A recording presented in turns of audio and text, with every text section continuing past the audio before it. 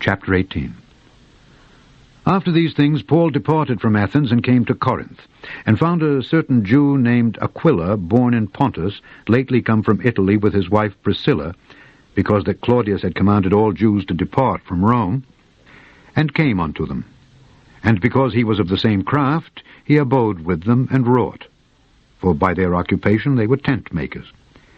And he reasoned in the synagogue every Sabbath, and persuaded the Jews and the Greeks. And when Silas and Timotheus were come from Macedonia, Paul was pressed in the Spirit, and testified to the Jews that Jesus was Christ. And when they opposed themselves and blasphemed, he shook his raiment, and said unto them, Your blood be upon your own heads. I am clean. From henceforth I will go unto the Gentiles. And he departed thence, and entered into a certain man's house named Justus, one that worshipped God, whose house joined hard to the synagogue. And Crispus, the chief ruler of the synagogue, believed on the Lord with all his house. And many of the Corinthians, hearing, believed and were baptized. Then spake the Lord to Paul in the night by a vision, Be not afraid, but speak, and hold not thy peace. For I am with thee, and no man shall set on thee to hurt thee, for I have much people in this city. And he continued there 1 year and 6 months, teaching the word of God among them. And when Gallio was the deputy of Achaia, the Jews made insurrection with one accord against Paul, and brought him to the judgment seat, saying, This fellow persuadeth men to worship God contrary to the law.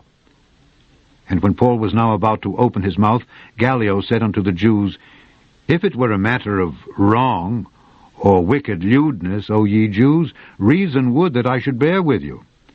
But if it be a question of words and names, and of your law, look ye to it, for I will be no judge of such matters.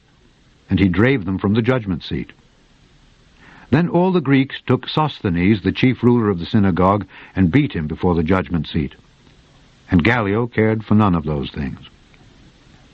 And Paul, after this, tarried there yet a good while, and then took his leave of the brethren, and sailed thence into Syria, and with him Priscilla and Aquila, having shorn his head in Cenchrea, for he had a vow. And he came to Ephesus, and left them there. But he himself entered into the synagogue, and reasoned with the Jews. When they desired him to tarry longer time with them, he consented not, but bade them farewell, saying, I must by all means keep this feast that cometh in Jerusalem, but I will return again unto you if God will. And he sailed from Ephesus. And when he had landed at Caesarea, and gone up and saluted the church, he went down to Antioch. And after he had spent some time there, he departed and went over all the country of Galatia and Phrygia in order, strengthening all the disciples.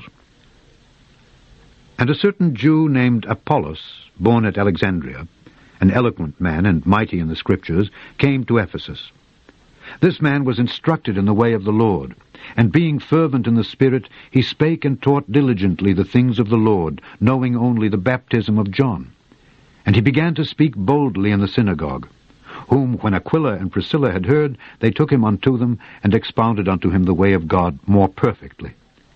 And when he was disposed to pass into Achaia, the brethren wrote, exhorting the disciples to receive him, who, when he was come, helped them much which had believed through grace.